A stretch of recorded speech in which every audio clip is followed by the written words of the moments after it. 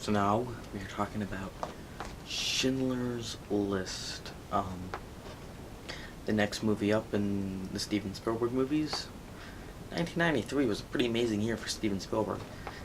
Jurassic Park and Schindler's List both came out, two of his best movies. And this movie also won him his first Best Director award. Yeah, it took him this long to win a Best Director and a Best Picture. But this is definitely a well-deserved Oscar win for both.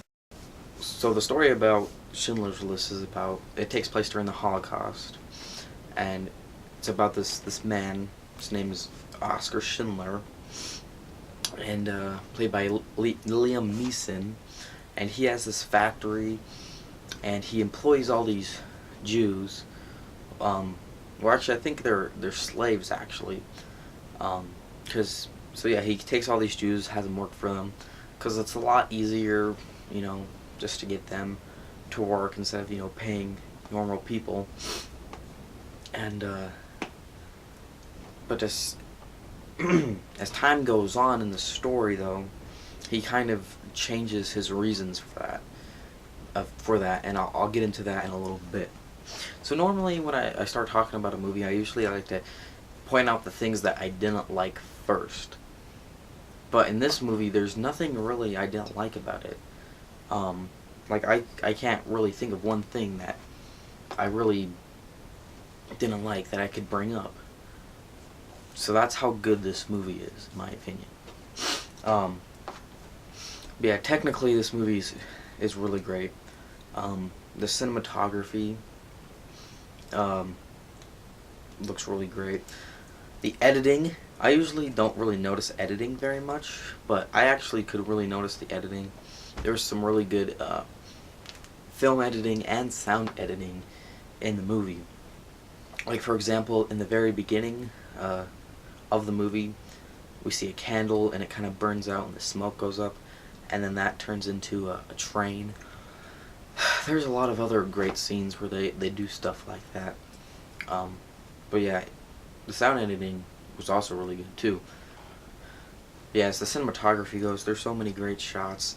The black and white in the movie, if most people probably wouldn't have thought of doing it in black and white, because I think it still could have looked good in black and white.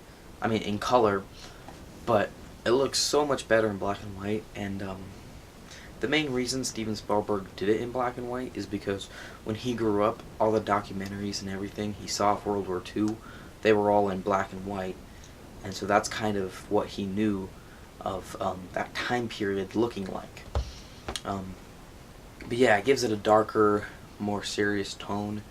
It also gives it a documentary type style look to it to make it more realistic. So the performances in these movies are all really good. The three that stand out the most are kind of our three main characters. Ralph Ferrigno, whatever his name is, I don't know. He played Voldemort, which I didn't realize until I looked him up. He does a really great job. Ben Kingsley is really good in it. Liam Neeson, this is like his, people most know him as Qui-Gon Jinn, but this is definitely of course way better than that, but this is his definitive role. Probably the best performance of his life. So yeah, great acting in this movie. But probably the greatest thing about this movie is its amazing story. And it's a true story, which makes it even more amazing.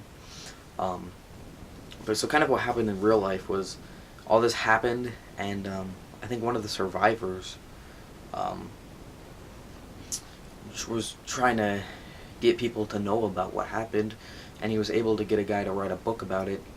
Steven Spielberg read the book in like the early 80s, had Universal buy the rights, so someone could make a movie of it. At the time, he didn't want to make it. He didn't think he was ready for that, but eventually he did make it, and so yeah, that's kind of what happened there. So I'm gonna go into like depth about the movie. So if you haven't seen it, just go watch the movie. But anywho, so like I said in the beginning, he has all these Jews working for him, and at the time, he's just doing it for business. Like, that's the sole reason for it. And then kind of the Holocaust kind of starts well, I think it was already going on, but he really sees it. And when they're invading the ghetto, that scene is the whole part of the movie is incredible. Probably the favorite part, just how horrible it was. It really makes you realize how horrible the Holocaust really was, and and that's not even really like what happened at the concentration camps, just things happening there. So that whole sequence is amazing. And then he sees a little girl, and what happened is, in the movie, she's the only color thing. She's just like wearing this red coat that you can see, and I kind of think the reason I feel like that was important is because to show because Oscar sees this, and I think that's kind of showing how his heart is changed, and how he notices this girl and notices how horrible this is, and that kind of changes him. And so eventually he ends up paying for more of the Jews to work in his factory. He pays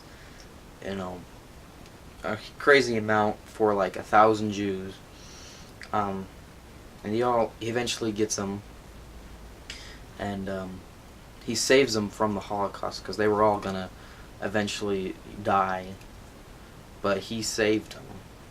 And then which was pretty crazy too, and it's just the way he completely changed. I think that's pretty amazing.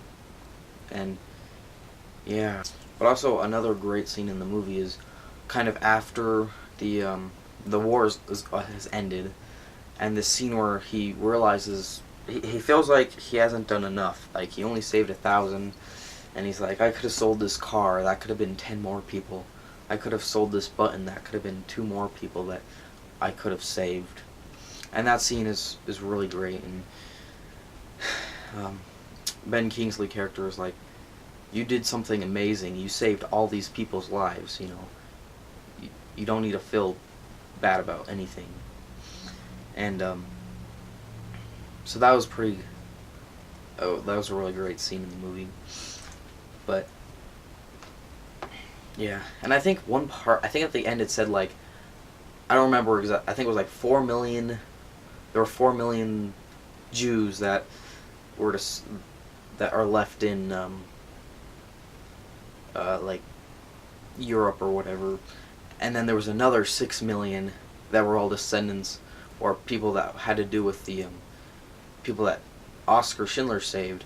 So it's like there are more people saved from him than there are of just people that weren't. So so I don't know if I'm making sense. I don't even know if that's what that was meaning. But either way, that's pretty insane. Yeah, I think this movie is a very important movie to kind of show how horrible this thing was, this Holocaust was. And I kind of dislike people who believe that the Holocaust didn't exist, because there are some people that don't believe that. And I don't understand why. Like, and I think that's kind of disrespectful for people that, went through this. It's like, oh, this horrible thing never happened. That's just whatever. I think that's pretty ridiculous. But I think this movie really shows. I think it needs to be seen by people, and because it is an R-rated movie, but it's not R just for the sake of being R. It needed to be like that. Like, and a lot of the scenes where they show people getting shot in the head, and you actually it's like one shot, them getting shot, and then blood coming out of their face, and you really see things like that. And even though that's like it's violent and everything, it's not just violent because it wants to be cool or whatever. It needed to be like that. It needed to show, makes it more powerful when you actually see the person die like that. Now, like in an action movie, you don't need that, So I don't think super violence like that needs to be in action movies or anything. But in a movie like this, I think it is very necessary, and I think it did a good job with showing how horrible it was. But I guess what I'm trying to say is, like, it needs to be seen by all people so they can know what this was all about, how horrible it was. I know I've said horrible 50 times, but it's true, and we need to realize something like this should never happen again. So yeah, a very powerful movie, very well made, great, amazing story, great acting. Everything about this movie was great. I guess there was one thing I guess I could kind of nitpick. There are some scenes that kind of they're just here and there, and they don't feel like they're really part of the overall story. And sometimes you're like, this is interesting, I don't know what this has to do with other things, but it's still really good. So I'm going to give Schindler's List, I'm going to say about a 9.5, maybe a 10. But yes, an incredible movie. A lot of people say, it's not a very rewatchable movie, like, as how, sad or whatever it is, but maybe I'm sick, but I think I could definitely watch this again. That's not a movie where I'm going to be like, hey guys, you want to come over, eat pizza, we'll watch Schindler's List. No, nothing like that, but I could definitely watch this movie again. I don't know, I feel like I'm a pretty sick person. Like, the really most horrible and worst things are probably the most interesting to me. Like, war is like a horrible thing, but it's really interesting. And I really like, I don't know. Anywho, Schindler's List, you should watch it. Yeah.